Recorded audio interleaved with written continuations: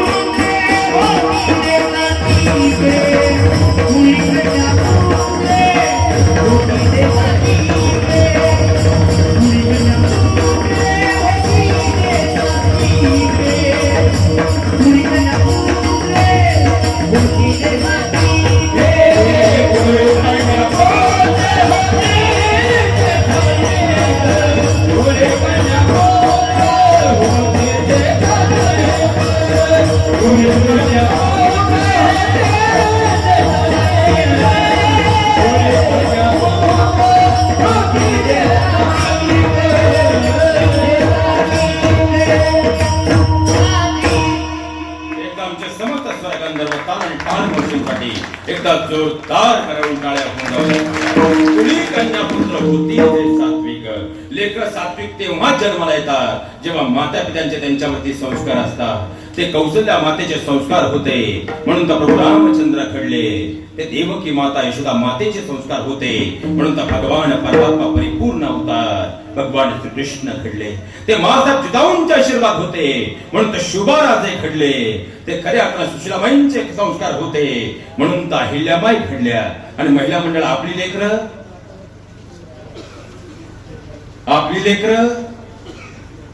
आता लेकरांचं काय घेऊन बसले दादा. आई दर रविवारी ब्युटी पार्लरला आहे. काय बुद्धी कोणत्या ह्याच्या अपेक्षा करता. बरं आपल्याला बोलून काय करायचे बाबा. राग येतो तिला. ऍब्रो करते ऍब्रो. हे ऍब्रो काहून करत असो. हे घरात घुसताना दरवाजाच्या फटीत अडकत्या का रक्षाबंधनला माहेरी जाताना इष्टीच्या दरवाजात घुसत्या. पण आई जर रविवारी जर पार्लरला असेल तर बुद्धी कोणत्या ह्याच्या अपेक्षा काय करता. बरं एखादी ताई म्हटली व्यासपीठावर महाराज का बोलले.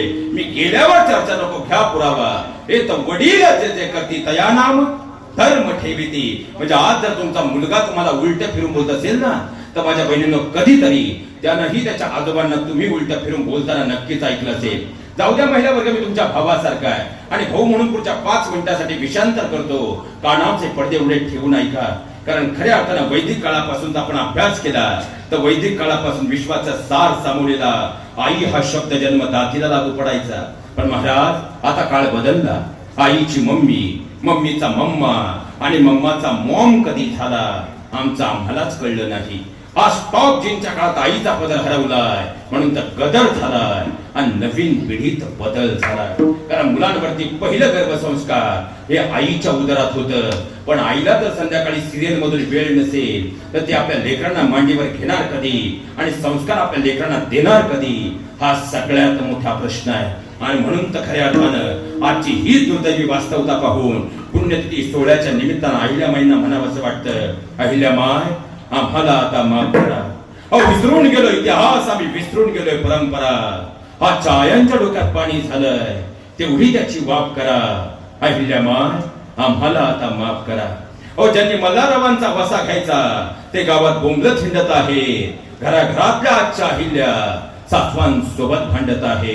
हे सारं बदलण्याची कुणाची टाप नाही, तेवढी तुम्ही टाप करा. अहिल्यामाय आम्हाला आता माफ करा. अहो घराघरातला मालेराव आता व्हिडिओ गेम खेळतो आहे. आजची घराघरातली अहिल्या आता जंक फूड खाऊन टीव्ही समोर लोळते आहे. आज घराघरांचा कार्टून शो होतोय, तेवढा बॅड शो तुम्ही बंद करा. अहिल्यामाय आम्हाला आता माफ करा. अहो केस तेवढे वाढलेले मस्तक मात्र पोकळ आहे.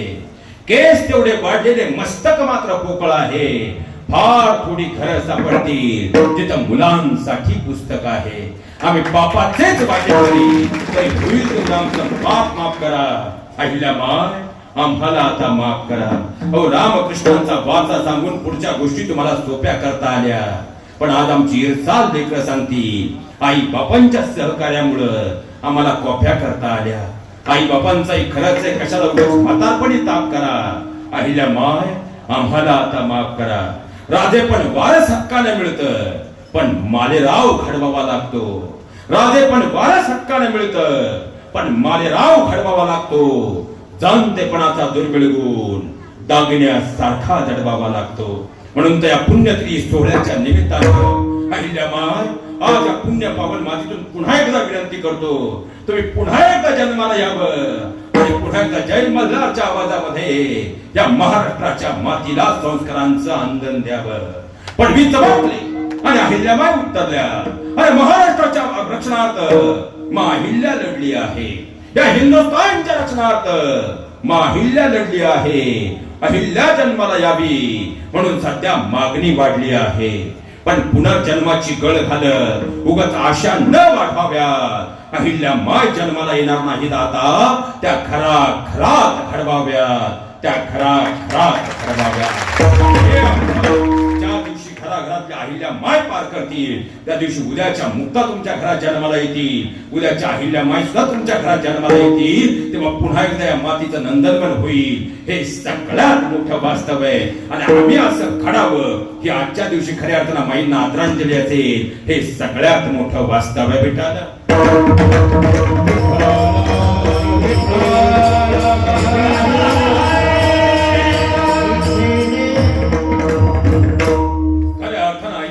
शब्द ऐकले की बाबा दाराशी आलेल्या पाहुण्याला 2 घास खाऊ घालणं हा आमचा धर्म आहे. नारबादाचा ताट घेऊन आला, ताट समोर आली आणि एक घास खाताना मात्र बाजीराव आता मल्हाररावांकडे पाहू लागले.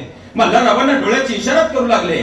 मल्हाररावांना कळेना, पण हात होताना बाजीरावांनी मल्हाररावांच्या खांद्यावर हात ठेवला आणि सांगितलं, मल्हारराव लक्षात ठेवा, यापेक्षा दुसरी हिरकणी तुमच्या खंडेरावासाठी भेटायची नाही. आणि त्याच रात्री मल्हाररावांनी मानकोजी शिंदेसमोर खऱ्या अर्थानं आपले चिरंजीव म्हणजे खंडेरावांचा आणि अहिल्यामाईंच्या लग्नाचा प्रस्ताव ठेवला आणि मानकोजी शिंदेने त्याला खऱ्या अर्थानं संमती दिली. आणि 20 मेला पुण्यामध्ये अहिल्यामाई आणि खंडेरावांचा विवाह पार पडला. वयाच्या 8व्या वर्षी अहिल्यामाईंचा सुखाचा संसार सुरू झाला. सासू गौतमीबाई, सासरे मल्हारराव, पती खंडेराव यांच्या प्रेमळ सहवासामध्ये आता अहिल्यामाईंचा संसार सुरू झाला. पण त्याच काळात पाहता पाहता खऱ्या अर्थाने या महाराष्ट्राच्या मातीनं लोकांनी माती पाहिली आणि मल्हारराव कडाडले. अरे खऱ्या अर्थानं दिल्लीच्या तख्तावरी बैसतो मराठा माझा, हे सांगण्याची वेळ आली. दिल्लीचे तख्त राखतो मराठा माझा. किती दिवस म्हणायचं, अरे दिल्लीच्या तख्तावरी बैसतो मराठा माझा, हे सांगण्याची वेळ आली आहे. आणि जर शक्य होणार नसेल तर आम्ही आमचं स्वतःचं वेगळं राज्य स्थापित करू. आणि पाहता पाहता मल्हाररावांनी आता खऱ्या अर्थानं याच गोष्टीतून आपल्या अंतकडातली प्रेरणा आता प्रत्येकाच्या अंतकडात रुजवली. मराठे सरदार सोबतीला आले आणि पुन्हा स्वराज्याचा अग्निकुंड पेटून उठला. अहिल्यामाईंचं वय झालं 9 वर्ष. याच काळात आता अहिल्याबाईंची खऱ्या राज्यकारभारामध्ये आता मल्हाररावांना मदत होऊ लागली.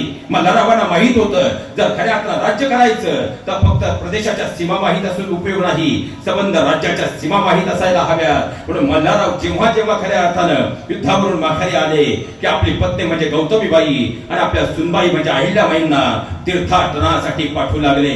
अहो जसं खऱ्या अर्थानं शिवरायांसाठी लाल महल तसं अहिल्याबाईंसाठी इंदोर म्हणजे जणू काही डोळ्यात साठवलेला प्रतिबिंब होतं. आजही खऱ्या अर्थानं हस्तलिखित जे उपलब्ध आहे त्यानुसार जर पाहिलं तर वयाच्या 9व्या वर्षी, कारण जेव्हा खऱ्या अर्थानं पाहिला गेलं तर पेशव्यांना काशीला जायचं होतं, तेव्हा काशीला जात असताना कोणत्या मार्गाने जावं, कुठे आपल्याला जलसाठे सापडतील आणि कोणता मार्ग सुकर होईल यासाठी पेशव्यांनी खरिता धाडला. आणि अहिल्यामाईंनी वयाच्या 9व्या वर्षी, कारण अहिल्यामाईंचं नाव असंच गिनीज बुकात नोंदलं गेलं नाही, वयाच्या 9व्या वर्षी अहिल्यामाईंनी पेशव्यांना खऱ्या अर्थानं महेश्वरी ते काशी जाणारा महामार्गाचा नकाशा बनवून दिला. आता मल्हाररावांच्या विश्वासावरती अहिल्यामाई तंतोतंत खऱ्या ठरू लागल्या. पाहता पाहता तर राजकारणाचं बाळकडू मानकोजी शिंदेकडून मिळालं होतं ते आता खऱ्या अर्थानं मल्हाररावांच्या काळामध्ये पूर्णत्वाला जाऊ लागलं. आनंदाचा संसार सुरू. पण इकडे नियतीचे संकेत मात्र वेगळेच होते. कारण इकडे खंडेराव जयपूरकडे विजय रणशंख फुंकत होते. त्याच वेळी त्यांच्यावरती कुंभेरीच्या लढ्याची जबाबदारी पडली आणि 20 जानेवारी 1754 ला आता कुंभेरीच्या लढ्यासाठी खंडेराव पुढे उभे ठाकले. पण आता मात्र खंडेरावांच्या समोर जाट होते आणि जाटांनी अवघे 12 दिवस आधी म्हणजे 8 जानेवारी 1754 ला आता खऱ्या अर्थानं खंडेरावांचं तेज पाहिलं होतं. कारण खंडेरावांनी जाटांना एवढं उडवलं होतं की आता खऱ्या अर्थानं सुजलेले चेहरे घेऊन ते घरी जाऊ शकत नव्हते.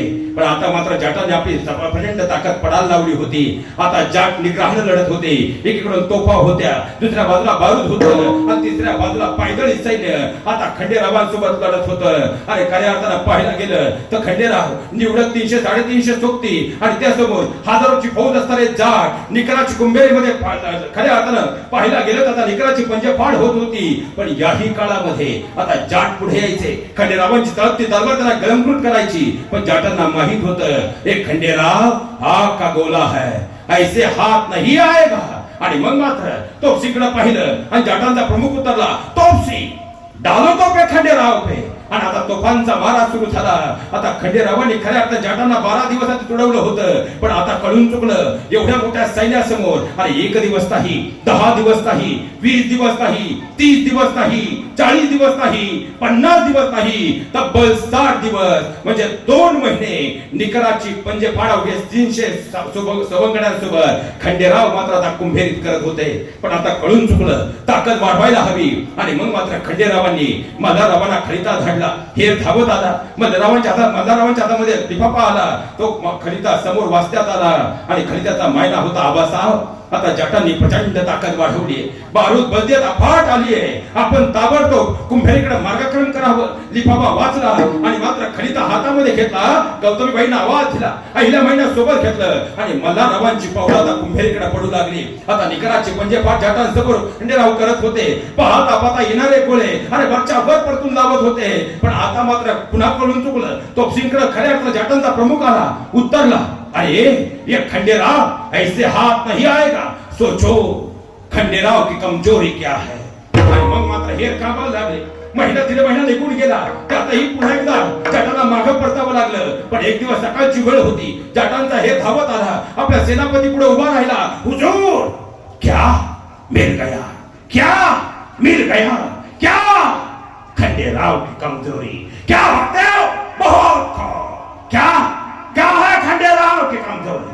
आणि तसा हुजूर जवळ आला आणि खऱ्या अर्थात जाटांच्या सेवा प्रमुखाला उतरला. हुजूर या खंडेरावची कमजोरी म्हणजे इथली रयता. छत्रपती शिवराय नंतर या ब्रह्मांडात एकमेव असा राजा सापडतो ज्याचा जीव सोन्या नाण्यात नाही, ज्याचा जीव खऱ्या अर्थानं परिकथेच्या गुलामात नाही, ज्याचा जीव त्या सर्वसामान्य रयतेत. आणि मग मात्र जाटांनी डाव टाकला. आजूबाजूला जाळपोळ चालू केली. गावाच्या गाव रात्री उद्ध्वस्त होऊ लागली. आणि मग मात्र आता खऱ्या अर्थानं सामान्य रयतेचे हाल पाहिले आणि खंडेराव बाहेर पडले. आणि तोफांचे गोळे अंगावर येत होते. पण त्यांना पडतून आता लेकराची पंजेफाड खंडेराव करत होते. आणि आमच्याच मातीतून आमचीच माती नाही, तुमच्या मातीतून वाट लावण्याचं ताकद आम्ही आजपर्यंत दाखवून दिलंय, या पुढे दाखवून देऊ. आणि खंडेराव मात्र बेदारागपणे आता पुढे येऊ लागले. पण जाटांच्या तोफांचा गोळा सुसू करत वेगानं आला. पाहता पाहता खंडेरावांच्या अंगावरती आदळला गेला. चिंध्या पडल्या आणि रक्ताच्या खळखंड्या यात्रांचा अवधोष पेटला आणि खंडेराव मात्र खाली पडले. ते चित्र पाहिलं आणि अहिल्याबाईंनी कुरुक्षेत्रावर धाव घेतली. आता खंडेरावांचे निस्तेज डोळे जणू काही आता मी जातो हे अहिल्याबाईंना सांगत होते. अहिल्याबाई जवळ आल्या. खंडेरावांचा खऱ्या अर्थानं गेलेल्या प्राण उरपुर राहिलेला देह पाहिला आणि मुखातून किंचाळी फुटली झाली. खऱ्या अर्थानं ज्याच्या बरोबर आयुष्याचा संसार मांडला, ज्या कपाळाच्या कुंकावरती सन्मानानं स्वामी मनानं महान ताट राहिली, ते कपाळाचं कुंकू गेलं. जगावं कशासाठी? काही मिनिटांचा वेळ निघून गेला. अहिल्यामाई शांत होऊन माघारी आल्या, सफेद वस्त्र परिधान केली आणि आता मात्र चितेकडे एक एक पाऊल पडू लागलं. तोपर्यंत मल्हारराव शांत होते, पण अहिल्यामाईची पाऊल जशी पुढे पडली तसं मागून मल्हाररावांनी आवाज दिला, अहिल्या, लेकरा कुठे निघालीस ग? आणि त्याच वेळी अहिल्यामाईने एक वेळ पाहिलं आणि मल्हाररावांना सांगितलं, मामा, आता खऱ्या अर्थानं मामांची मला मागा बोलू नका. आता माघारी येणं होणार नाही. माझ्या कर्तव्यापासून मला रोखू नका. आणि मग पुन्हा मल्हाररावांनी आवाज दिला, म्हणजे लेकरा, अगं माझा लेक मी गमावला आहे. ज्यानं मला खांदा द्यायचा त्याला खांदा देण्याची वेळ माझ्यावर आली. माझा लेक गेला, पण माझी लेक नाही गमावू शकत आता. आणि त्याच वेळी अहिल्याबाईंनी सांगितलं, मामांजी, आज मी तुमचं ऐकू शकत नाही. शेवटी मल्हाररावांनी जड अंतकरणाने आवाज दिला, अहिल्या, खऱ्या अर्थानं माझी गुरुदक्षिणा देणार नाहीस तू? आणि मग मात्र अहिल्याबाईंची पावलं थबकली. अहिल्याबाईंनी मागं वळून पाहिलं, बोला मामांजी, तुमची गुरुदक्षिणा दिल्याशिवाय मी आता खऱ्या अर्थानं पुढे जाणार नाही.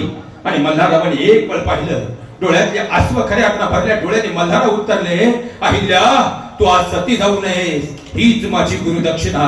आता अहिल्याबाईंचा नाईलाज झाला आणि पेटलेल्या खंडेरावांच्या चितेवर आपला हात ठेवून अहिल्याबाईंनी शपथ घेतली, अरे ही अहिल्या, आज खऱ्या अर्थानं माझ्या कुंकुवाच्या धनाची शपथ घेऊन सांगते, यापुढे माझ्या रक्ताचा शेवटचा थेंब आणि माझा प्रत्येक श्वास हा समाज कल्याणासाठी असेल. आणि पाहता पाहता त्याच आणि तो यज्ञ होता अहिल्यामाय, ते पुण्य श्लोक अहिल्यामाय यांचा. आणि मग मात्र आता खऱ्या अर्थानं निकराची पंजेफड करणारे हाच खंडेरावांचं चरित्र मात्र खऱ्या अर्थानं शंभूराजेंसारखं अनेक इतिहासकारांनी डावललं गेलं. खंडेराव व्यस्ती बऱ्याच ठिकाणी उल्लेख आला. खंडेराव व्यस्ती होते, अनेक ठिकाणी लिहिलं गेलं. पण खऱ्या अर्थानं विचार करा, अरे जो व्यक्ती सलग 4 वर्ष रायपूरला जगतसिंगांच्या मदतीला गेले, त्या 4 वर्ष चाललेल्या वारसुद्धामध्ये जगतसिंगांना विजय करून माघारी आले. माघारी आल्याबरोबर 31 मार्चला त्यांना दिल्लीपतीनं बोलावणं धाडलंय. दिल्लीत गेल्यानंतर जाटांनी आक्रमण केल्याची बातमी आली. जाटांचं पुन्हा आक्रमण परतून लावलं. माघारी आले, 7च दिवस मध्ये गेले तर पुन्हा कुंभेरच्या लढ्याचं योग्य नेतृत्व खऱ्या अर्थानं खंडेरावांच्या हातात दिलंय. म्हणजे परिक्रमेचा भाग जर पाहिला तर तब्बल 14 वर्ष जी व्यक्ती एकही दिवस रणांगणाच्या बाहेर नाही, अरे जर खऱ्या अर्थानं ती व्यस्ती असती तर खऱ्या अर्थानं जगू शकली असती का? पण हा प्रश्न आमच्या खऱ्या अर्थानं चढलेल्या मेंदूला पडतच नाही आणि आमचा मनवाद साम्राज्य पडलेल्या डोक्याला पडतच नाही. खऱ्या अर्थानं लक्षात ठेवा, जाती जातीचे वाद बंद झाले पाहिजे. खऱ्या अर्थानं जाती जातीतले वाद निर्माण होऊन आम्ही आमच्या महापुरुषांना जातीत हेरतोय, पण कोणत्याही महापुरुषांना जात पाहिली नाही.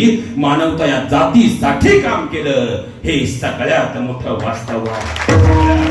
खंडेरावांचं चरित्र आम्ही खऱ्या अर्थानं पूर्णतः डागळून टाकलं. अरे जो रणवीर खऱ्या अर्थानं 14 वर्ष तब्बल शाळूच्या मातीच्या भाकरी खाऊन राहिला, जो महावीर 14 वर्ष घोड्यावर मान टाकून बसला, व्यसनी असता अहो इथं पत्ते पाळी तरी 4 वर्षातली वर फुटतो. पण तिथं तब्बल 14 वर्ष खंडेराव मात्र झुंजत राहिले, लढत राहिले.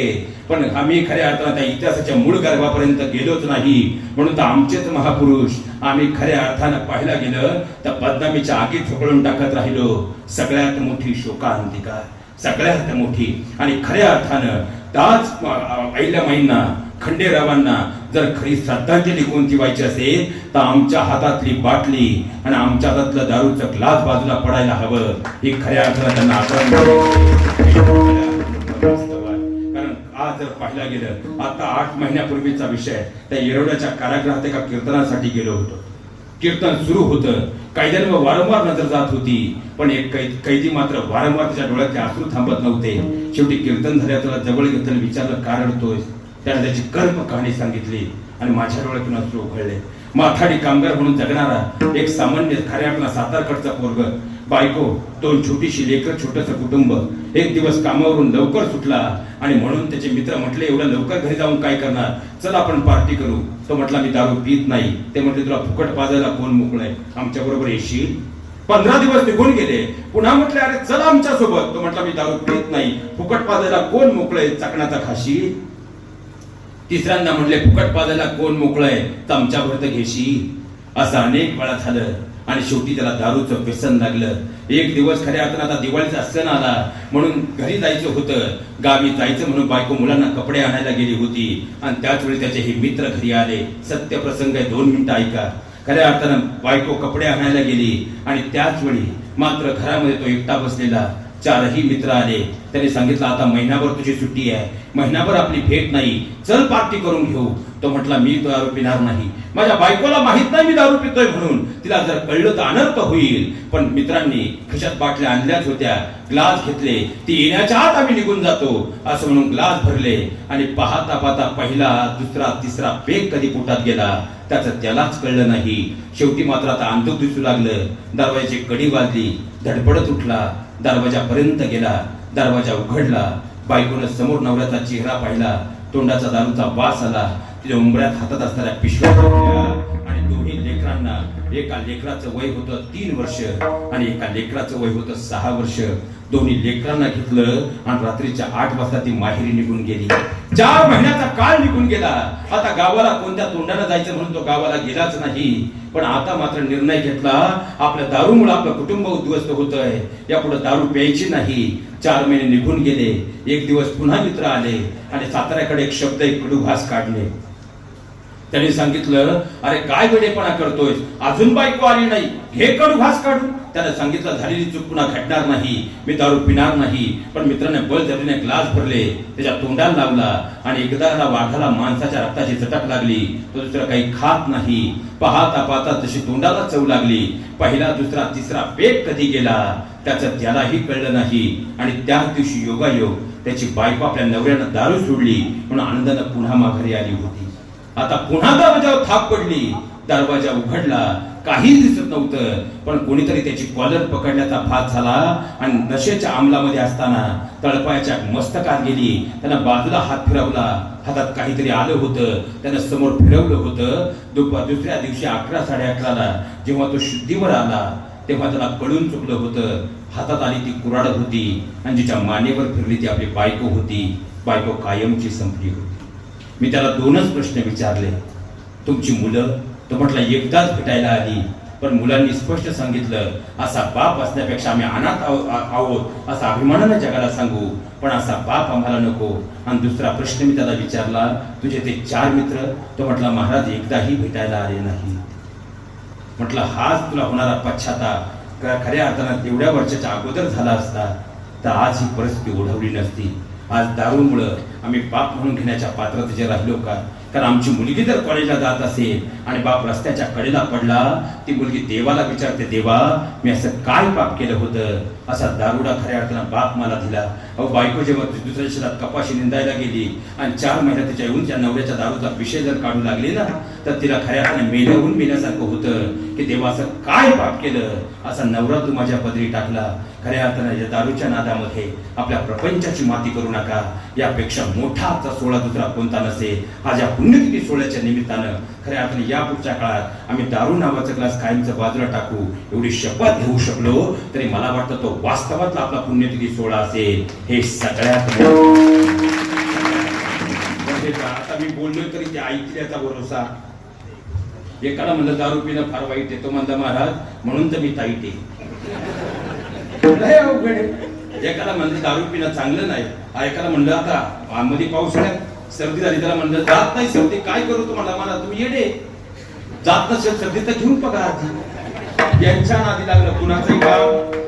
पण मला राहून राहून बाबा एक प्रश्न पडतो, हे कुणालाही ऐकत नाही. हे मीटिंगला जर आले ना सप्त्याचे, सप्त्याच्या कमिटीला वाटतं सप्ताह बंद करा.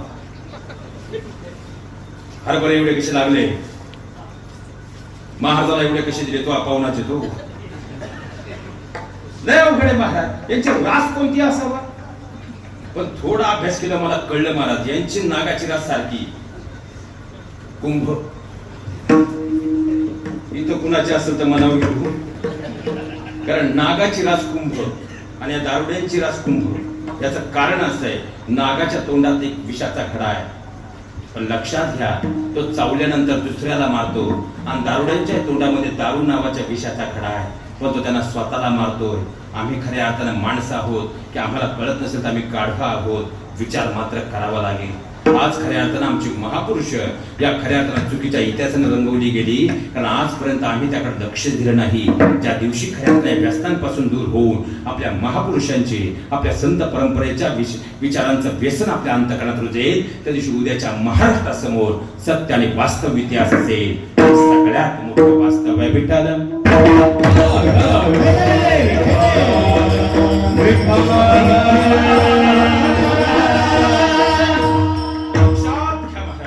खऱ्या अर्थानं खंडेरावांचं निधन झालं आणि मग मात्र अहिल्याबाईंच्या जीवनात तरीही दुःखाची काळरात्र मात्र थांबली नव्हती. त्यानंतर अवघ्या 1 वर्षामध्ये आई समान असणाऱ्या गौतमीबाईंचं निधन झालं, त्यानंतर मल्हाररावांचं निधन झालं आणि मग मात्र आता खऱ्या अर्थानं आयुष्यभर पोरकं झाल्यासारखं वाटू लागलं. आता खऱ्या अर्थानं इंदोरच्या गादीवरती बसवायचं कुणाला, त्यांच्याबद्दल अनेकांनी आणि विशेषत्वानं माफी मागून सांगतो महाराष्ट्रातल्या कीर्तनकारांनीही एक चुकीचा संभ्रम निर्माण केला. तो म्हणजे अहिल्याबाईंनी आपला मुलगा मालेरावाला हत्तीच्या पायी दिलं. मालेरावांचं स्वतंत्र चरित्र जर कधी अभ्यासाचा तुम्ही प्रयत्न केला ना, तर उत्तरेकडे सोनगीर अंबडपर्यंतच्या सीमा जर कोणी सगळ्यात जास्त वाढवल्या ते मालेराव आहे. अत्यंत कमी वयामध्ये खऱ्या अर्थानं मालेरावांच्या खांद्यावर ही जबाबदारी पडली. आणि जर तारी कारागिरानं वाड्यातल्या दासीला त्रास दिला म्हणून त्या कारागिराला खऱ्या अर्थानं मृत्युदंडाची शिक्षा देणारे मालेराव चुकीचं खऱ्या अर्थानं वासनेनं बरबटलेलं कर्म करतील का, साधा प्रश्नही आम्हाला पडू नये. अहो खऱ्या अर्थानं पुरोहितांचा हा फार मोठा डाव होता, कारण पुरोहितांना माहित होतं मालेराव गादीवर येता कामाचे नाहीत, कारण मालेराव धर्मपंडित न्यायनिष्ठ जर ते गादीवर आले तर आधीच ते आपला मुलायजा ठेवत नाही, आणि जर राजगादीवर बसले तर आपला मुलायजा ठेवणार नाही. म्हणून तब्बल 10 ते 12 वेळा त्यांच्यावर विषप्रयोग करण्यात आला. तरी हा खऱ्या अर्थानं मल्हारचा ठाण्यावा सगळ्याला पुरून मात्र उभा ठाकला. त्याच मालेरावांनी उत्तरेकडच्या सीमा वाढवल्या, नव्हे तर साम्राज्याला कळसमुख दिलं. पण ही त्यांची कार्यकाळ अल्पकाळ ठरली आणि अवघ्या 1 वर्षात मालेरावांचं निधन झालं. आता एकीकडे आपली खऱ्या अर्थानं पाहायला गेलं तर पतीचं निधन, दुसऱ्या बाजूला मातापित्यांसमोर असणाऱ्या सासुत्र्यांचं निधन, त्यानंतर एकुलत्या एका मुलाचंही निधन झालं आणि आता मात्र इंदोरचं राज्य पोरकं झालं. आता मात्र पुढं काय या प्रश्नामुळं आजूबाजूच्या सगळ्या खऱ्या अर्थानं राजघराण्यांमध्ये एक चर्चा सुरू झाली. पण इथं उभं आयुष्याच्या पेशव्यांसाठी बेसलं. पेशव्यांनी मात्र इथे वेगळा डाव चालू केला. आता खऱ्या अर्थानं इंदोरला राजगादी आहे, पण राजगादीवरती ते आपल्या मुलीला बसू शकत नाही आणि मुलगा तर या जग सोडून निघून गेलाय. मग काय करावं, आपल्यातलाच एखादा राजगादीवर इंदोरच्या बसवायचा आणि अहिल्याबाईंना तीर्थटनाला पाठवायचं. हा नवीन डाव राघवादांनी अंतकरणात टाकला. त्याची जुळवाजुळव आखणी करण्यात आली आणि त्यासाठी हाताशी म्हणजे खऱ्या अर्थानं इंदोरचे दिवाणजी ज्यांचं नाव गंगाधर पंतांना हाताशी धरलं, डाव टाकला गेला. पण पाहता खाल्ल्या मिठाला मात्र याच इंदोरचा कारकून शिवाजी गोपाळा जागला आणि त्यानं हीच गंगाधर पंतांची हरामखोरी अहिल्याबाईंच्या कानावर टाकली. अहिल्याबाईंसमोर गंगाधर पंत उभे ठाकले आणि उत्तरले, माई आपण तीर्थाटनाला जावं, आपल्या तीर्थाटनाचा सगळा खर्च राजकीय कोशातून केला जाईल. तशी काळी महाराष्ट्राची सौदामिनी. लक्षात ठेवा गंगाधर पंत, एक बाई माणूस म्हणून मी काय करेल हा प्रश्न जर तुमच्या मनात असेल तर लक्षात ठेवा, उभं आयुष्य आजपर्यंत श्रीमंती दौलतीसाठी गेलंय, पण आता जर आमच्यावर फितुरीचा डाव आखला गेला तर मर्दानी मनगट सुद्धा खऱ्या अर्थानं तुम्हाला नेस्तनाभूत केल्याशिवाय राहणार नाही. आणि मग मात्र त्याच वेळी अहिल्याबाईंनी पेशव्यांना खलिता धाडला. खलित्याचा महिना होता की माझे सासरे मल्हारराव ज्यांनी उभं आयुष्य खऱ्या अर्थानं स्वराज्य संवर्धनासाठी दिले, माझे पती खंडेराव कुंभेरीमध्ये वीरगतीला गेले, आता खऱ्या अर्थानं माझा मुलगा मालेराव उत्तरेकडे सोनगीर अंबडपर्यंत सीमा वाढून आला. पण आज माझ्यावरती ही वेळ असताना खऱ्या अर्थानं आपण आम्हाला सहकार्य करायचं सोडून ही फितुऱ्या उडवता. पण महिना खऱ्या अर्थानं खलिताचा परिणाम शून्य झाला आणि दुसऱ्या बाजूला 50,000ची फौज घेऊन राघवदादा उज्जैनच्या काठावर आला. मग कडाने सौदामिनी, अरे खऱ्या अर्थानं जर आता ह्या विषारी नागाचा फणा ठेचायचाच असेल तर आता या मर्दानी मनगटाला उभं ठाकावंच लागेल. आणि शरीफ भाईंच्या साथीनं या जगातली पहिली महिलांची सशक्त फौज अहिल्याबाईंनी तयार केली. आता जरी खरं वेदनी अहिल्याबाईंना त्रास दिला असेल, पण बाजूला जेवढी मराठी राजघराणी होती ही सगळी घराणे आता मात्र अहिल्याबाईंच्या मागे उभे ठाकली. आणि पाहता आता उज्जैनच्या एका काठावरती राघव 50,000ची फौज घेऊन होता, दुसऱ्या बाजूला अहिल्याबाई होत्या. पण इथं युद्धनीतीचा सगळ्यात मोठा डाव गनिमी कावा अहिल्याबाईंनी आखला आणि खलिता राघवदादांना पाठवला.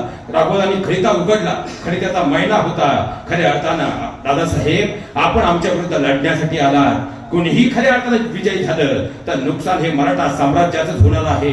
पण लक्षात ठेवा, मी मेले तर मी बाई माणूस कीर्ती करून जाईल, पण राघव दादा जर तुम्ही चुकून हारलात आणि तेही आमच्या महिलांच्या फौजेकडून, तर तुम्ही समाज सोडून द्या, राजघराणं सोडून द्या, पण स्वतःच्या धर्मपत्नी सोबत सुद्धा उभे राहण्यास पात्र ठरणार नाही. आणि हीच खऱ्या अर्थानं गनिमी कावा आता राघोबाच्या मनापर्यंत पोहोचला आणि राघोबा खसला. पण तो खसतो ना खसतो तोच अहिल्यामाईंचं सैन्य आणि महिलांची श्रेष्ठ फौज उज्जैनच्या दुसऱ्या काठावर उभी राहिली. मग राघोबा दादा गर्भगळीत झाला आणि शेवटी त्याला उलट टपाली पुन्हा पकडलं की आई, अहो तुमचा मुलगा गेला हे ऐकून आम्ही तुम्हाला भेटायला आलो आणि तुम्ही आमच्या विरुद्ध सैन्य घेऊन आला. पुन्हा अहिल्यामाईंनी खरिदा पाठवला, राघव दादा जर तुम्ही आम्हाला भेटायला आला, सांत्वनासाठी आला, मग ही 50,000ची फौज कशाला घेऊन आला? हे सगळं साम्राज्य तुमचंच आहे. आपल्या बहिणीला भेटायला तुम्ही आनंदाने पालखीत बसून यावं हे तुमचंच आहे. आणि काळवंडीला राघव दादा पालखीत बसून आला, शाल श्रीफळ नारळ घेऊन पुन्हा पालखीत निघून गेला. अरे खऱ्या अर्थानं मालेराव जाऊन 14 दिवस झाले नाही तर राघव दादा चाल करून आला. पण या हिंदुस्थानच्या मातीची धीरदत्त सौदामिनी मात्र खऱ्या अर्थानं त्यालाही पूर्ण उरली. अहिल्यामाईंचा कालखंड तिथं शेतकऱ्यांच्या आत्महत्या विषयाचा निबंध सुद्धा नव्हता.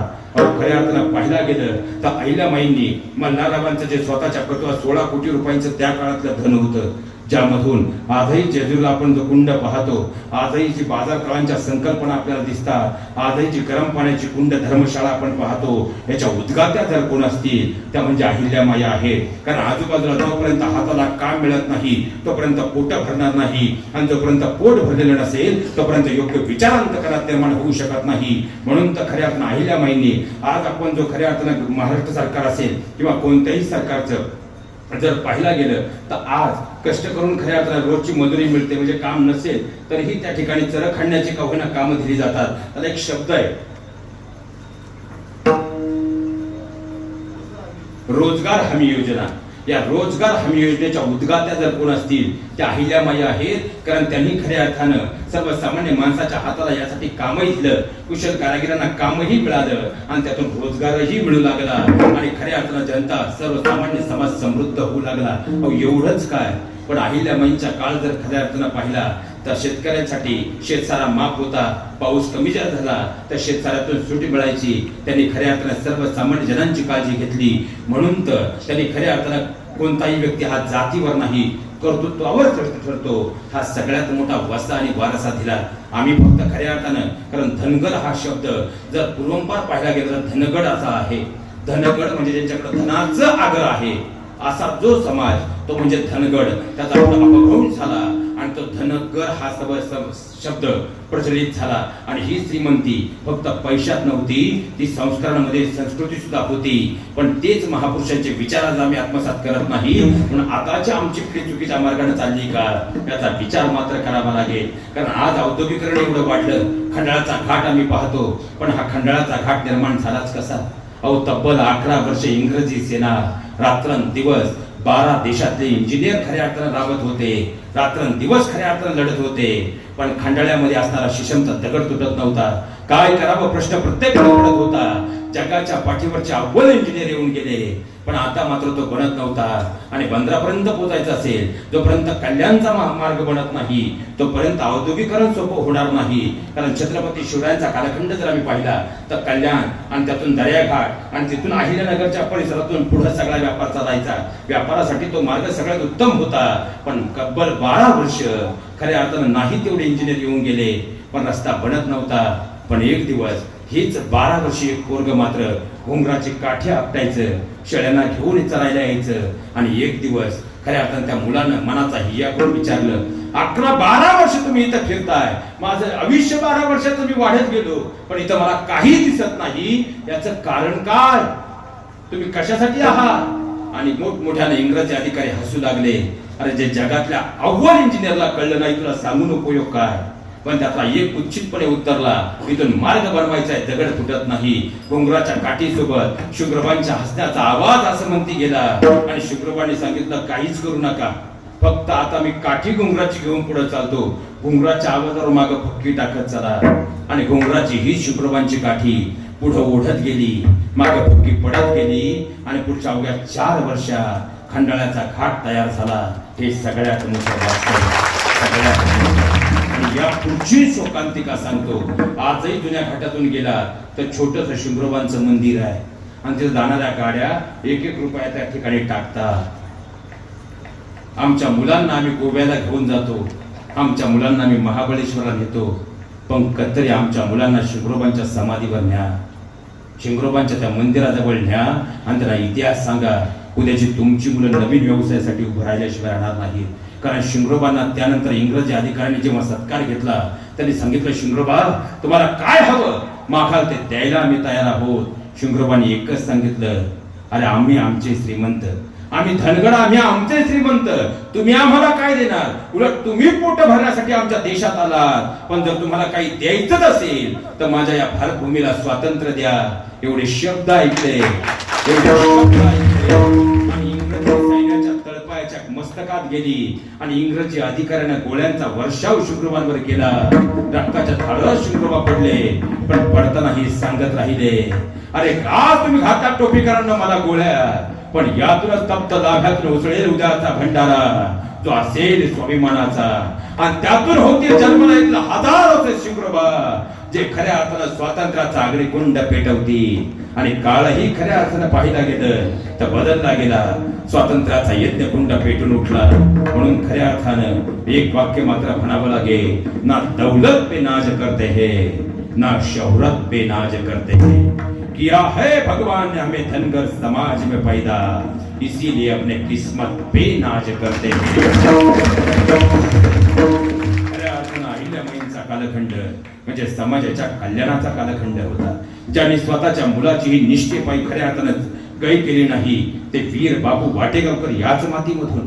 पण आज जर आजूबाजूला पाहिलं तिकडं बंगालकडे लक्ष गेलं, खऱ्या अर्थानं बांगलादेश पेटलेलं पाहिलं. आज रस्त्यानं चालणाऱ्या एखाद्या मुलीमध्ये ज्या दिवशी ताई पाहण्याची समज आमच्यात येईल तेव्हा आम्ही वीर बापू वाटेगावकरांचे वारसदार आहोत असं अभिमानानं म्हणू शकू. हे सगळ्यात मोठं वास्तव आहे. अरे अहिल्याबाईंनी खऱ्या अर्थानं पाहिलं गेलं तर स्वतःची मुलं सुद्धा समाजाच्या कल्याणासाठी पणाला लावली. कारण एकीकडून आता मात्र पाहिला गेलं तर पुरोहितांचा डाव उधळल्यानं सगळे पुरोहित आता एका बाजूला उभे ठाकले आणि त्याचवेळी इंदोरमध्ये दरोडेखोरांचा निष्पात वाढला. दरोडेखोर आता वेगानं खऱ्या अर्थानं गावाच्या गावं लुटू लागले. आणि आता पुढं काय हा प्रश्न रयतेच्या मनात निर्माण झाला.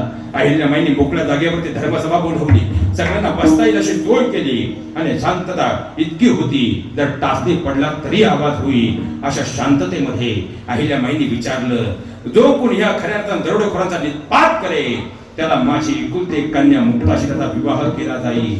समाजाच्या कल्याणासाठी स्वतःची मुलगी सुद्धा पणाला लावणारी हिरकण या ब्रह्मांडात कोणती असेल त्या म्हणजे अहिल्याबाई आहे. खऱ्या अर्थानं बराच वेळ निघून गेला.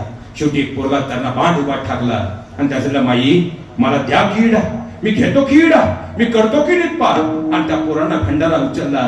पाहता पाहता हत्ती तलवार गरगर फिरू लागली आणि दरोडेखोरांचा निष्पात केला आणि दरोडेखोरांपासून संबंध इंदोर राज्य आता खऱ्या अर्थानं स्वातंत्र्य केलं. त्या मुलाचं नाव होतं भिल्ल समाजाचा महानायक यशवंतराव फणसे. आणि अहिल्याबाईंनी या समाज कल्याणासाठी खऱ्या अर्थानं 10 गावांची जहागिरी भेट दे आनंदाने आपल्या लेकीचा विवाह खऱ्या अर्थानं त्यांच्या सोबत केला. समाजाच्या कल्याणासाठी शेवटच्या रक्ताचा थेंबही ज्यांनी अर्पण केला. म्हणून खऱ्या अर्थाने या ब्रह्मांडामध्ये अहिल्याबाईंचं देहरूपण जरी त्या गेल्या असतील पण कीर्ती मात्र युगेयुगे खऱ्या अर्थानं अबाधित राहणार. जोपर्यंत चंद्रसूर्य आहे, मी तर म्हणेन जोपर्यंत अहिल्याबाईंचं नाव आहे तोपर्यंत चंद्रसूर्य आहे. आपल्याही जीवनात त्यांच्या चरित्रातून हीच गोष्ट शिकावी आणि आपलं जीवनही कसं घडवावं. अभंगाचं चतुर्थ चरण. उत्तमाची मुलं कीर्ती मागे, उत्तमाची मुलं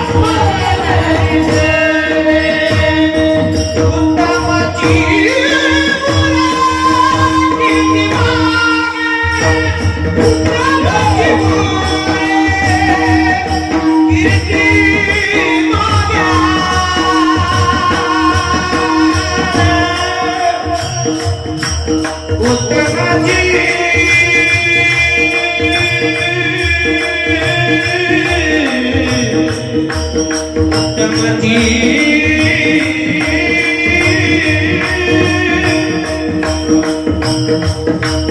उत्तमते